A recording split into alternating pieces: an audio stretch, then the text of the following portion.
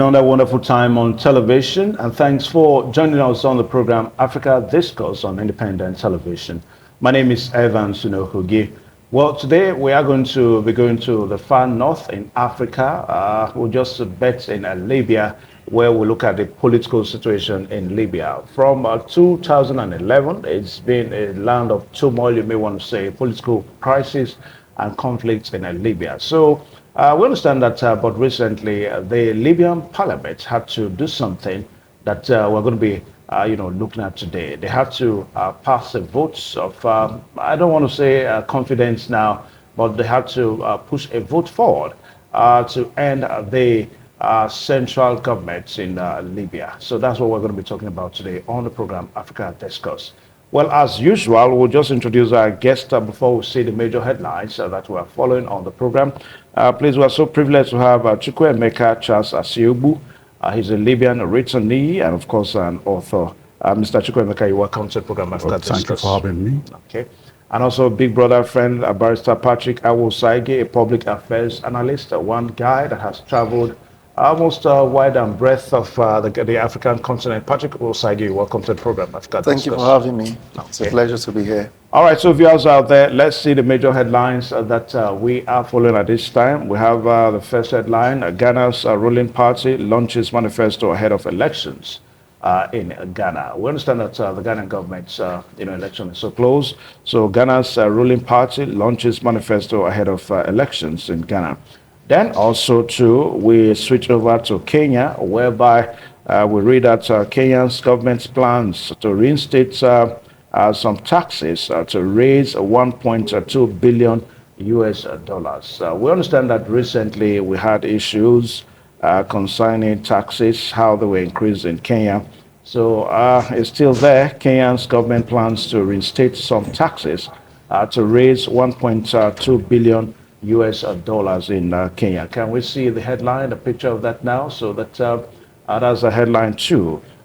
Kenya's government plans to reinstate some taxes to raise 1.2 billion US dollars. That's headline number 2. All right, so away from that now, if we're ready, we just switch over to headline. All right, so that's the headline number 2. You can see the president there, William Ruto of Kenya, whereby the government plans to reinstate some taxes. We just hope and pray that this does not cascade into another reaction, so that we mean another bout of protests like what we saw last month in Kenya. So Kenya's government plans to reinstate some taxes to raise 1.2 billion US dollars. You get a copy and you can Google the headline, and that's Kenya's government, how they plan to reinstate some taxes. You can Google so that you get to find more information about that. Then for headline 3, let's switch over to Senegal, where we understand that Senegalese girls can become wrestlers and win, but only until they are married. That's one big headline there. You can see some Senegalese girls there. So we understand that they can wrestle and become big wrestlers, but only until they are married. So it is either you are married or you cannot be a wrestler in Senegal. All right, so that's one big headline there. And for headline 4, we read that in Sudan now, we understand that cholera is ravaging most cities in Sudan. So you can see that in Sudan, cholera outbreak kills near 2 dozens. So in Sudan there. So you get a copy of you can Google how this, what is the cholera situation in Sudan, so that you can find the information on that. Then the very last one headline here this afternoon, it has to do with revolution. A revolution is building. A revolution is building. You want to know where? It says that can young people force a change across Africa? So that seems to be the writer to that headline. A revolution is building. Then the writer is, can young people force a change across Africa? Big headline there that we're interested in. That's headline number 5. And we can see the picture to that now. So revolution is building. Can young people force a change across Africa? That's headline number 5.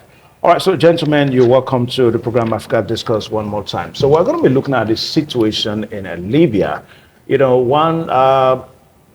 issue that comes to mind. I remember sometime in 2013, the first time I was opportune, I did not travel to Libya anyway, but the first time I was opportune to speak to a returning from Libya, he told me that you actually cannot actually differentiate between Libya and Europe, that most Nigerians have traveled to Libya, and of course they bet there and they make ends meet, and they come back to Nigeria and they tell you that they're in Europe.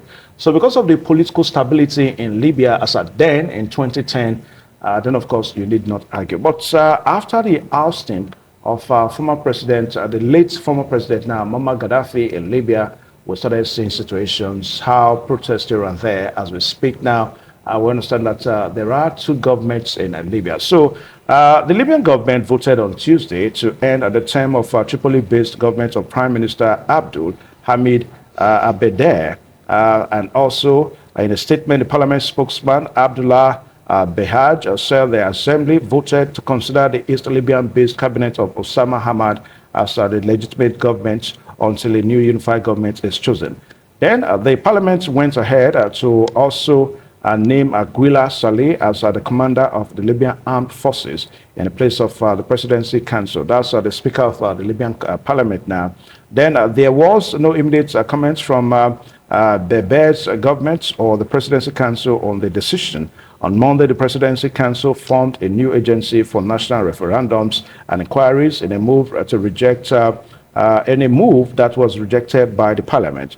Libya has remained in turmoil since 2011 when long-time ruler Muammar Gaddafi was ousted after 4 decades in power. And of course, the country is currently governed by 2 rival administrations. The United Nations recognized government of national unity. That is the one that is led by Bebe in Tripoli, which controls the western parts of the country. And of course, the government of Osama Hamad, appointed by the parliament, which operates out of Benghazi and governs the eastern region and parts of the south. So we also understand that efforts by the United Nations to hold parliamentary and presidential elections have repeatedly failed, prolonging the country's political deadlock and crisis, and of course, exacerbating the security situation in the oil-rich nation in Libya. So that has been the situation in Libya. So what we are saying here is that we are looking at a situation whereby there are 2 governments in Libya.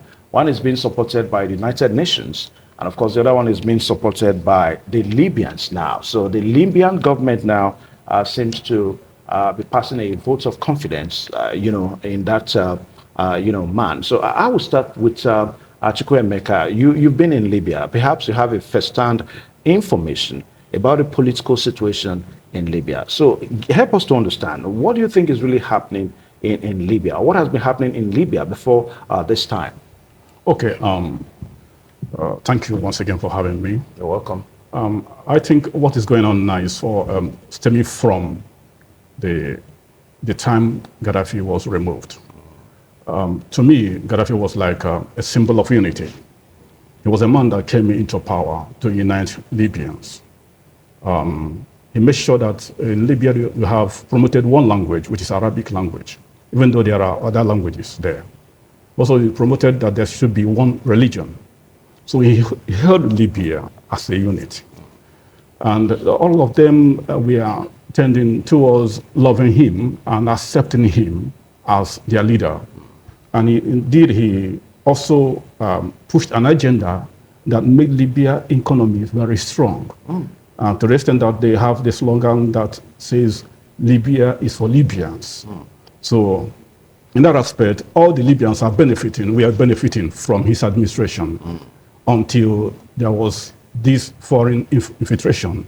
The Westerners organized and he was ousted. And when you want to deal with people, you deal with people from the background, where they are trained up or cultured. You understand? So Libyan people are Arabs in general, to say, are a little bit stubborn people. So they needed someone that is strong enough to handle them. And actually Gaddafi stood in that position to make sure that things were organized for the people. And they were enjoying under Gaddafi until he was removed. Now, finding someone that will suit into that role becomes an issue. Since then, since that 2011 up to now, Libya has not found their bearing politically and economically. When Gaddafi was there, the GDP of Libya in every facet was high. But, even compared to African countries, they were doing well in all. I mean, a lot of things were in place, and you see an organized system that is working. Like the boy said you interviewed. In Libya, you find out that things are regularized. There's regulation for everything. I told somebody that it will be difficult for a building to collapse in Libya. He said, why? I said, you can't just start blocking industry anyhow in Libya. There must be certification. And the Minister of Work will take, details. Understand? Periodically, you come and visit your block industry to find out if you're missing up. But here, just like what we have here, you set up a block industry anyhow. It's not done there. And then in the health sector, when you move from at least 5 kilometers, you find an ambulance. 5 kilometers, you find an ambulance. It's not done just for emergency. So you find out that things were structured in a way that people benefit a lot. And like I said earlier when we were at the back door, that in Libya, the citizens are recognized, valued. And there is this pride in them to say, I'm a Libyan. That was the situation then. But we do not know that now. The Those things now. were scattered. And so what happened was there was a tribal sentiment that came in. So immediately Gaddafi was ousted. They recognized themselves by tribes again. Whereas when Gaddafi was there was no tribal sentiment at all. Okay. All right. So for the purpose of emphasis, the video that the viewers are watching this afternoon is actually the video of the parliament. That was the parliamentary section on Tuesday, whereby the Libyan parliament met, and of course they had to put a vote on the man that is responsible for the leadership in the eastern parts of Libya. Against the other one, talking about the cabinets of Osama Hamad, the East-based cabinets of Osama Hamad as the legitimate government. That's the way the cabinets put it now. Then against the Western, the one in Tripoli, talking about the Abdul Hamid Mbebe, that's the name now. That so for the Libyan parliament, they are in support of the man from the east against the man from the west. So that's the situation now.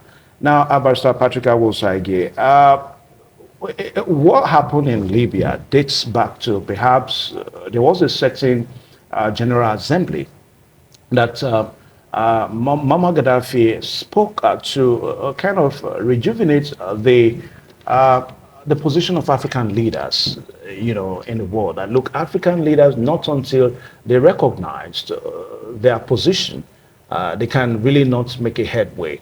As a matter of fact, there is an allegation that Muammar Gaddafi had to tear a piece of paper that was handed down to him, and that was where the whole crisis started from. Now, what do you think has continuously been the interest of United Nations, perhaps the Western world in Libya? What has been that interest? Thank you very much. Once again, thank you for having me. And it's obvious that is the oil there, is the crude. That's what they're interested in. Truth be told, and that's basically, you see, these things are not far-fetched.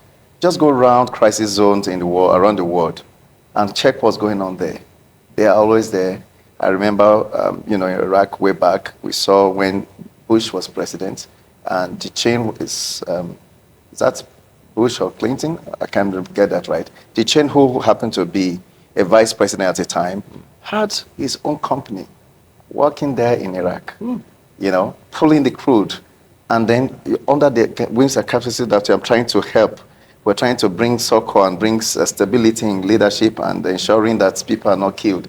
I think that's basically, Africa lost a great leader in the person of Muammar Gaddafi. And I remember him trying to say, Africans should unite. He was always conversing for the unity of Africa. He spent so much of money and ensuring to see how he could bring African leaders together. I remember some senators back in Nigeria then casting aspersion at him that what does he think that he want to play. This idea of he want to rule over us, he want to bring us, that was not the intention of Muammar Gaddafi.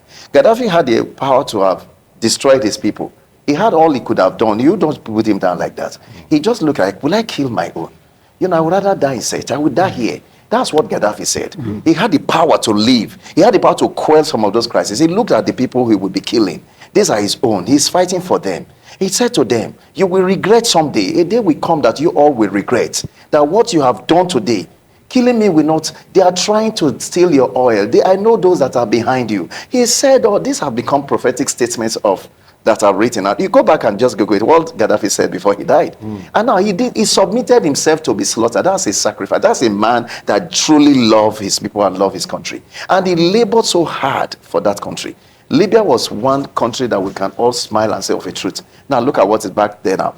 That is not far-fetched to know what's going on in Nigeria and other parts of the world. You can see that it's the same drama. I remember some time ago, you know, some one of those countries, and then they said, well, their citizens should be attended to first. And I was wondering why. They said it's because it's their citizen.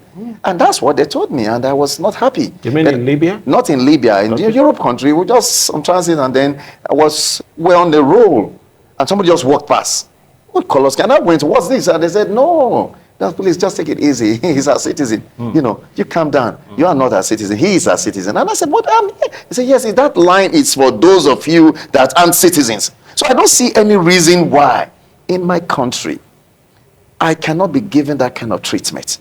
I don't see. These are the things the Libyan former leader, the person of Gaddafi, was doing. They were paid, they were taken care of. You see, you want to get married, they'll give you money, you have to do this. A lot of stuff, a lot of benefits that is out there. But right now, for him, where Gaddafi failed, I would also say, Gaddafi failed to replicate himself. He failed to produce a leader or set up a school of leaders like him. He could not pour himself into them. I think that was the area. You had 4 decades to have been there. You can't live forever. So at the time you were trying to transit, you know, the Napoleon Bonaparte saga, you know, at the time all he fought for. At old age, I wanted to start enthroning some people around him. You know, family, they asked, come on, this is exactly what you are doing. And it always ends that way because they are the closest people to you. That's exactly what happened to Muammar Gaddafi. And they saw you wanted to bring your son, we won't allow you. And who are other persons? You needed to have developed people so that this thing can work. And you see, they end up destroying and, you know, coming in like we are United Nations, Red Cross, carrying some cross and agency to help you and bring some donuts and stuff like that for your children. Whereas the real reason, I will be very blunt, back in the days of colonial masters, the same thing. They came in through evangelistic tendency. I want to quickly disagree with my brother when he said he wanted to make it one religious. No, the idea was not. You see, that the way Gaddafi saw Islam, he wasn't seeing it as a religion. He was saying that this is Africa. You see, the Westerners, the Christianity, they see it as Westerner. So that's the idea behind him embracing Islam. Okay. So that's basically what I wanted to quickly delve into. Now, but the part I'm saying here is that if you look around the world, I mean Africa, you see all these pockets of trouble.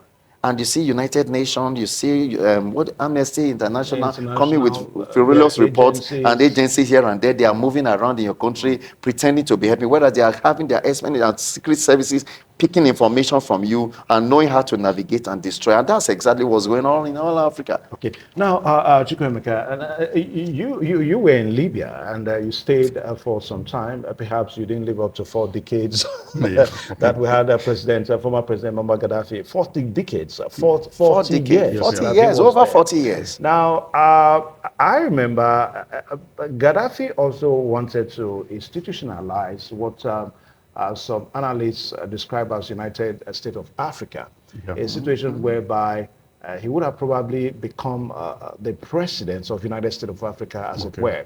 And that was enough reason why there were so many suspicions, even within the African continent, that, hey, this guy was driving at something. Now, you tell me, what do you think was apart from the fact that he wanted to unite Africa, but don't you think that former President Muammar Gaddafi also had a fault there, you know, for staying for 40 years? That was too long of a time. Okay, like I said earlier, a pattern is set for people that will be better for them. Even in China, you see some leaders that have been there for 40 years, 50 years.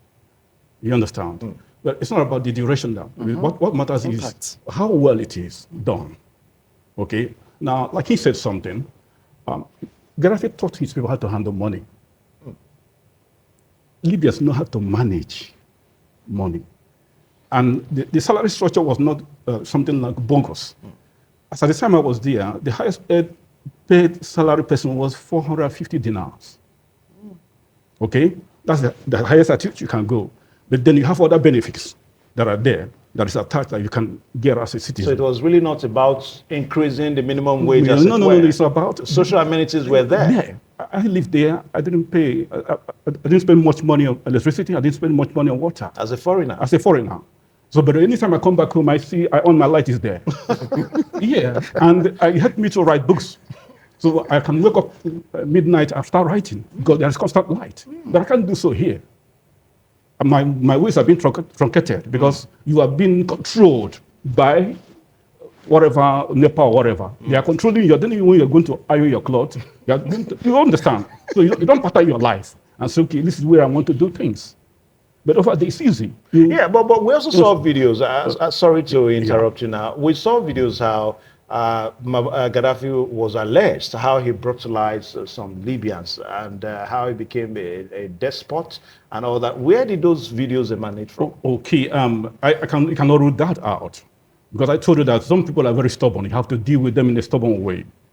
That's their philosophy about leadership over there. Yeah, was it trying to bend them to hack into his imbibe with what he was introducing? So would you want to say that it was more or less a kind of human rights issues in Libya as it were there? There were human rights issues. I cannot say that. As prepared by Muammar Gaddafi? Yeah, there were human rights issues. So if that was the case, would you want to say that Gaddafi was a good leader? Absolutely. But the good side of him outweighed all those things you are talking about because every Libyan will be proud of him. And today they are crying. Had he been that he's there and things wouldn't be so. That's right. You understand? So what we are seeing is a situation whereby people are saying the best would have been there. You understand? Even though he was harsh. Just like you having a harsh father, but he's introducing you to the ways of life where you can get something done well. That even when you missed him, when your father is late or something, my father was here. Or you understand? Yeah. That he was trying to bend me. Like I told you, he taught them how to handle money. They don't spend extravagantly. The only thing that can consume money from them is house and marriage. Not what they wear, not big cars. To understand that there was an embargo that you can't go by 4x4. You understand? So you minimize the expenses. Not to live an expensive life. But you get the good life. Quality health service is there. Quality road is there. Quality communication is there. You understand? And you have a house. Once you are being born, the first thing the father will do is just to make sure you have a farm. We don't have such ideas here. So there are things that are translating into the life of the young ones that build them up. Okay, there was a time they were having some street vagabonds, attacking people. They called themselves and said, what are we going to do? They loaned them money. They started going to Turkey. Those street boys, before you know it, they started doing something. When they didn't have much money to rent shop, but in the evening, they bring out their wells and begin to, that makes them busy. Such things are not simulated here. You understand? So the idea flows that everybody should be empowered economically. And that's what Gaddafi did. There was economical empowerment to his people. You understand? Like he said something that, like I said before, that they were proud to be called Libyans. So when you go to the bank, when you go to the bank, there's a line, they say Tabur Wahad. The Libyans this way, foreigners this way. So you identify yourself that I'm a Libyan. It can't happen here. You can't report a Libyan to police and the policeman begin to beat a Libyan. It's not done. But here even when it goes against the law? Yes, they will treat it in a way that respect and dignity of that Libyan is maintained. And then there's another thing. In Libya, that's a system that if you have a fight with a Libyan and he injure you, that's what is called talazu. Talazu means forgiveness. If you don't write talazu, that this thing that affected me, I have forgiven this guy, his name will be put in the Ministry of Internal Affairs. Anytime he has to be in public office, that will be rooted out. One time you fought with a black man, you injured him. That's the system. You understand? But we don't have such things here. Here it's a place where we are treated anyhow, even in our own country. That policemen are paid even to beat you.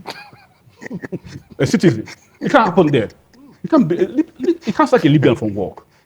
They will ask, now you sacked him, what is he going to do?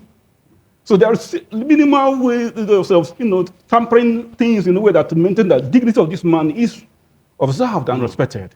Okay, but let me pause you. I'm going to be coming back to you so that you can also give us a first-hand information about how non-nationals in Libya, how they've been brutalized over the years. I mean, we've seen videos how even Nigerians now, how they are forced to take the risk of their life to go through the Mediterranean, to go to Europe and all that because of the unsettled issues, in Libya. All right, so we conflict in Libya, if you like, and of course on Tuesday we saw how the Libyan parliament had to end the government of the Tripoli-based, government in Libya. Talking about the government as being headed by Abdul Hamid Mbebe, that's the name now. And of course, supporting the government of the eastern parts, the person in name of, let's see now, Cap Osama Hamad, that's the name. Now, I will say again, we are looking at a situation whereby one party is being supported by the United Nations and the other one not being supported. Now, from the look of things, are we ever going to have a political respite in Libya? Because accusations have been there that it is this Western interest and power that has probably been responsible for the political crisis we have in Libya. So now that we have, do you think that United Nations will ever give up on Libya, as it were? Well, if they said the hunter said I will ensure I won't miss when I shoot, and the bird said I would also ensure I don't pitch. And anything that will give you position and balance to do the needful. And I think it's a time we stopped. They looked inward and look at them. I think that's basically what's going on, and that's why we are having what we're having now. Since that time, they have, United Nations said, well, this is the government we have recognized, so to speak. This is the one. And the people are saying no. So they know something is wrong. So the people are already pulling away. The Osama-led clique is not gaining so much momentum. And now the auditory, UN and all other agencies, they are trying all they could. Like he has said, they are stubborn people. They are not Nigerians that you say. Well, one other thing that we must also look at is that the United Nations has not been fighting in Libya. Libyans have been fighting themselves. That's not correct. I disagree. It's diplomatic strategy. It's just like you incite. Okay, why is inciting people? If I incite people to go out, Nnamdi Kanu, for instance, bringing this in, why is he in court? Did you see Nnamdi Kanu around? They said he incited people to carry out what they are doing. That's his offense. And he's heard that long. So if they are subtly inciting them, telling them what is not or what it is, it's all over. That's what they do. Now, for you to have agreed that one party is your own, or you accept them, what have you done? You've already divided them. That's what you've done. So invariably, the United Nations cannot distance themselves from the fact that they are the major problem they are having. So Libyans are aware now, and like I just tried to draw inference from Nigeria. They are not like us. They not the hear word in quote quote. They will always fight. So they now know this is the part we need to fight against. These guys used us against our own supreme leader, so to speak, Muammar Gaddafi. Now we need to fight to restore back our honor and dignity. I think that's what is going on. They're not going to, they are pulling for referendum. We want to see. I know all those things won't work now. These guys are going to fight. Libyans are going to fight so hard, and until they get, what they're looking for. And we must also understand that these agencies of United Nations and these big nations back and forth, coming as Big Brother, GG, whatever they call themselves, I think it's high time the African region just really sit up and come together. But the challenge is that they won't allow us. The OAU, the ECOWAS, they are there. They are working on the leadership. I think that's the major problem. But if it's happening in Libya, it's a good thing for Africa. And we can have, some other country, Mali and other country, Burkina Faso, they're already toying the path. We don't want to embrace them. Not that they will love, Russia so much, but they are looking at the BRICS, them. They are looking at, we are away. Okay, we don't like these people. Now, something played out in the course of the end bad government saga, you saw something, the dimension the Northerners took it was different from what we had here. Why? Because, and they were not flying Russian flag. What are they telling you? We don't like those people. Yeah. You understand? You say they are daft, they are mergeries, like you will say. You that is enlightened. They are telling you, we don't like these people that they say we are Boko Haram. They say we are living here. We are dying. Real lives. People are being killed. And this is not movie. I mean, people are dying every day. Why? The question you ask yourself, why that Bono axis? Because there is something there. And that is the problem. So it's the same thing that is playing out. It's not far-fetched. You don't need a soothsayer to tell you what's going on. So these guys know what's going on, and they are ready to fight. And that is basically what it is. I honestly believe, I have faith in them, and I believe they are going to get to it. Okay. They are going to bring them down and bring that, what's his elder name? The Abdullah Bela, whatever. Bebe, whatever. I can't pronounce that so well. I know that government, that guy cannot sustain what's coming. I know Libyans. All right. So, Chukwuemeka, from your point of view, you think that this latest development now will bring a respite to Libya? Yes, in as much as the people are towing that line, they want to give themselves identity. They don't want that impostorious activity coming from the Western nations. And when you talk about Western nations, the UN, you're talking about the United Nations, United America, France. These are the people that have interest. These are the people that have interest, as you said, in the oil and in the water of Libya. So, and they are looking for a malleable person that they will work with, not a hardliner. You understand? So, like Gaddafi was a hardliner, somebody who sticks to his own value. So, and they are looking for somebody who will dance to their own tune. And these people have understood this is what is playing out, and who have been suffering all this while. It's time for us to redefine the situation and then choose our own, not the one they give to us. Yeah. You understand? So if that actually happens, it's going to mean that Libya will be stabilized again, because now they have on their own identified that we want to hold the mantle, want to lead ourselves. Yeah, but this is not the first time that we're having such developments. I remember 4 years ago, we also saw whereby it was still the parliament that passed the vote of no confidence in the Tripoli government. So a little wonder whether this latest development now is not going to be a repetition of what has been happening. I mean, it's not the first time that Libyans on their own have tried to bring back some form of political stability to Libya. I will say again. Yeah, well, if you look at the Gaddafi's government, they also made several attempts before they could bring him down. You know, so it's not so, you don't just conclude because, they had made that attempt the other time, this one is not going to work. I don't agree with that. I believe if you're purposeful, you're focused, just keep fighting. That's the purpose of it. That's why we're living. So you keep fighting for what is just and noble. And that's what the people have decided to do. If they didn't make it in 4 years' time, 4 years ago, what makes you think they can't get that done? If they had waited for over 40 years, or about 40 years, fighting one man to destroy his structure, and they succeeded, why will we that own the land give up for just a few years? That there's still time. They keep fighting until you get it at the end. Now, Chukwuemeka, I have not been to Libya, but for some of my friends that have been to Libya, when they tell you the stories there, how other nationals of other nations are trying to break through, move through the Mediterranean to go to Europe. You know, so I don't know whether to ask the question now. How come the Tripoli government, you know, by what's his name now, Hamid Mbebe, has not been able to bring that to a halt in Libya? I mean, that has been a big problem in Libya. A lot of persons have died, illegal migrants died in the Mediterranean.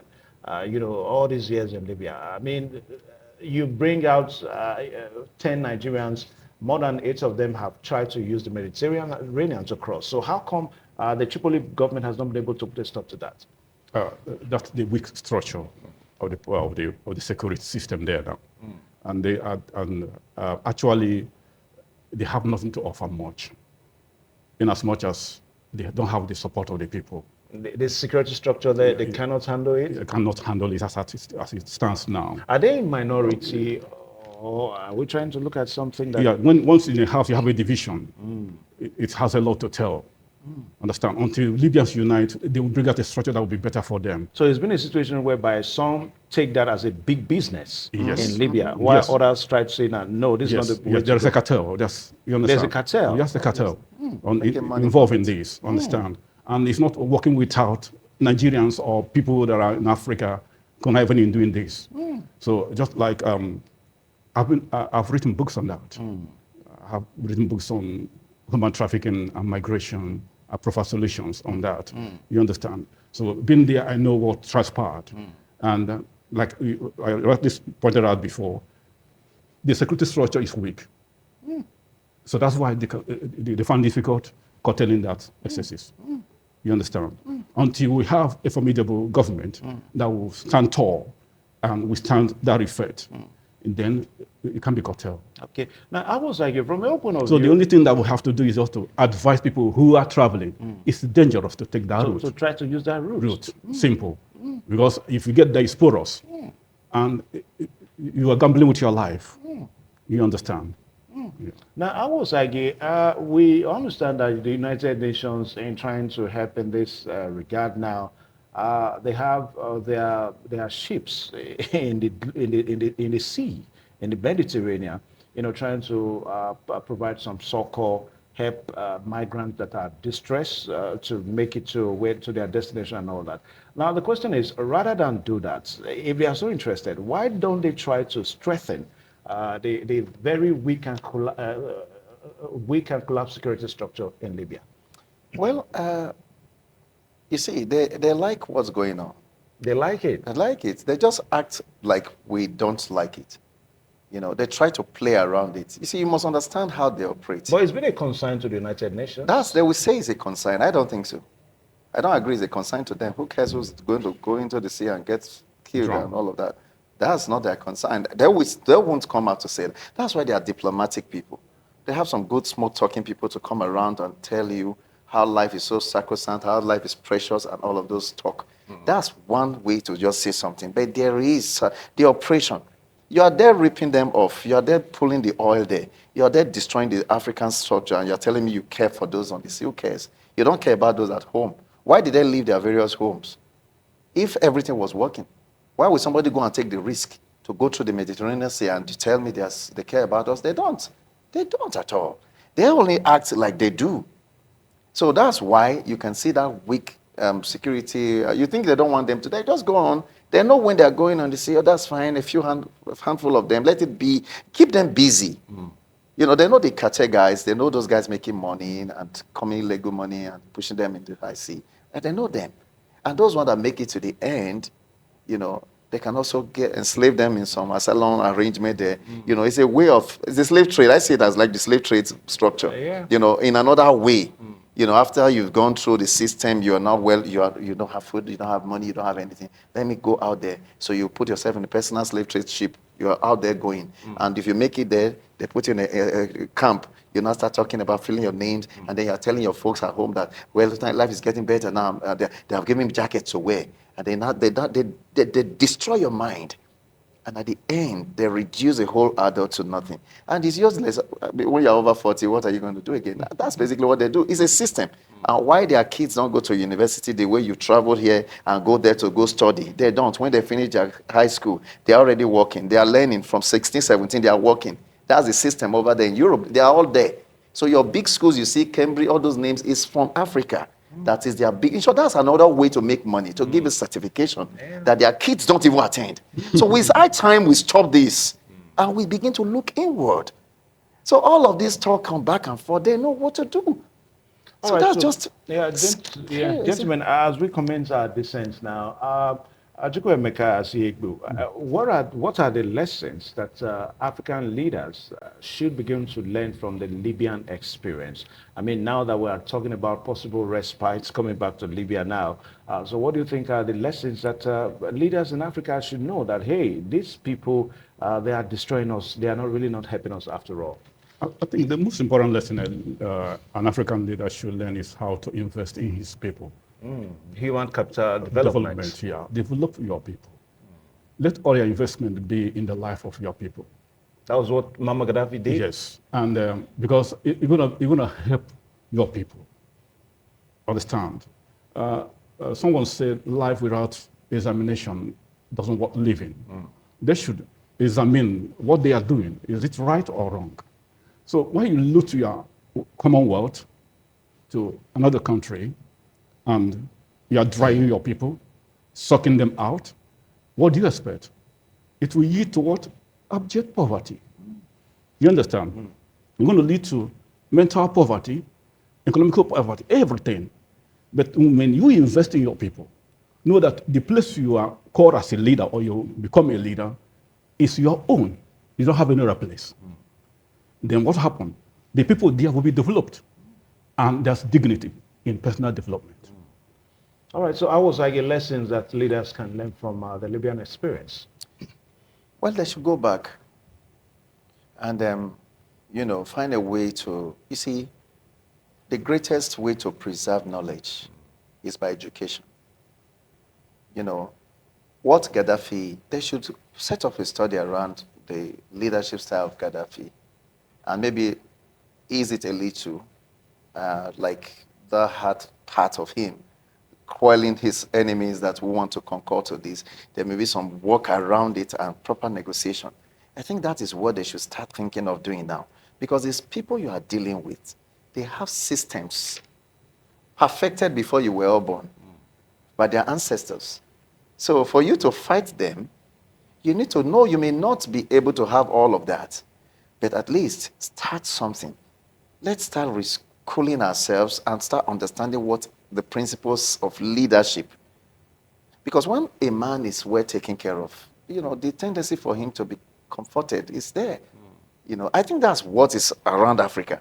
Just to go around. People are everywhere. Go to Mozambique, go everywhere, go to everywhere. Everybody is struggling, dangling back and forth. We are fighting for survival. Not that Africa's fighting. That's not what it is over there. They made it so. So you also use your structure because we have the natural resources, we have the deposit of nature that God has given to us. So we should start learning. I don't need to go and study physics in Canada or study about geology. Whereas the young man that left high school, he's already going with the geologists, going to site. He now know what it is. That's how they train them. Practical. They practicalize it. Where you are reading until you're a PhD and you come back home with nothing. And then you now wonder what you have done with your life. I think that's basically what it is. Just a quick one. Little wonder if we had still had Muammar Gaddafi as president in Libya, as leader in Libya, little wonder whether Chukwuemeka Sigbe would have been speaking well of him right now the way you spoke well, of him.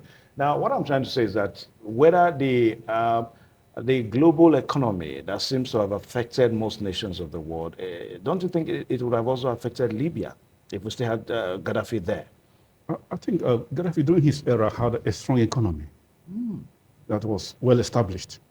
Like I said before, they have a strong economy that built up their GDPs. So that no country in Africa were able to compete with Libya. That's correct. What he had, Yeah. and they have foreign reserves that are rich enough. So he is a great economist.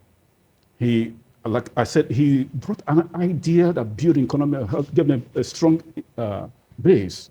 So whatever that must have happened wouldn't have affected them so much. You understand? So because they already established themselves. Just like when you have a strong company, a family company, and you have established different conglomerates, and they are yielding fruits. What will happen? Even if some certain things happen, it will not really affect them much. The affection will come, the negative effect will come from the angle of maybe the subordinates you are doing something with. But for the base, it remains strong. Okay. So I will argue, from your point of view, you think Libya would have remained the same? Absolutely. No, the same. How do you mean? The same. I mean, you hear world leaders talking about global economy and all There's that. nothing like that. It's a creation. You see, I don't believe those people. And if you understand what education is, education have done more harm, quote unquote. There's a good part of it, but the underlying factor is that there are several things that have been destroyed. Who designed the curriculum? These are some of the things you are looking at. Yeah. The curriculum they give to you, 80% of it, like it's been proven now, that of those things they push, that you just keep reading and passing through, you don't really need it in life. So some of these things, Not that you don't. It may not. You may not in your own reality. in your own reality, it may not work in your. It may not be working in your when I environment. mean what I'm trying to say, that ab initio. Okay, like for instance, I'm a lawyer. To study law in Nigeria is 5 years. At least 5 years. Not at least, it's 5 years. Yeah. You do that, or if you can go more than 5 years. That's why it's at least 5 years. At Now least 5 again, years. if you go out, it's 3 years. Now the question is, there are several unnecessary insertions that you are asked to read through. Yeah, but your own experience as a Nigerian is Yes. different from another person's experience. No, So I'm that's telling you why- that education have been reviewed, curriculum have been reviewed all over the world. It's only here we still have it bulky.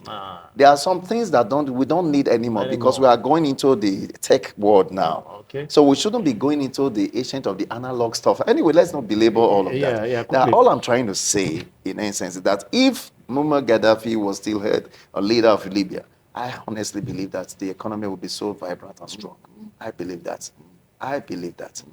All right, so time, we always don't be our friend on this program. I want to say a very big thank you to Chukwuemeka Asiegbu, a Libyan returnee, and of course, an author. Now, thank you so much for joining us on the program Thank you today. for And having me. also, Thank big you very brother much. friend, Barrister Doctor. I'm right. I'm correct to say You are doctor. very correct. Yeah, Barrister Dr. Patrick. They give us big Awosage. names. Yeah, thank you so much for joining us on the program today. It's a pleasure. All right, so Thanks that's for the having me. program. Until same time and next week. My name is Evan Sunobuge. Goodbye, and God bless you.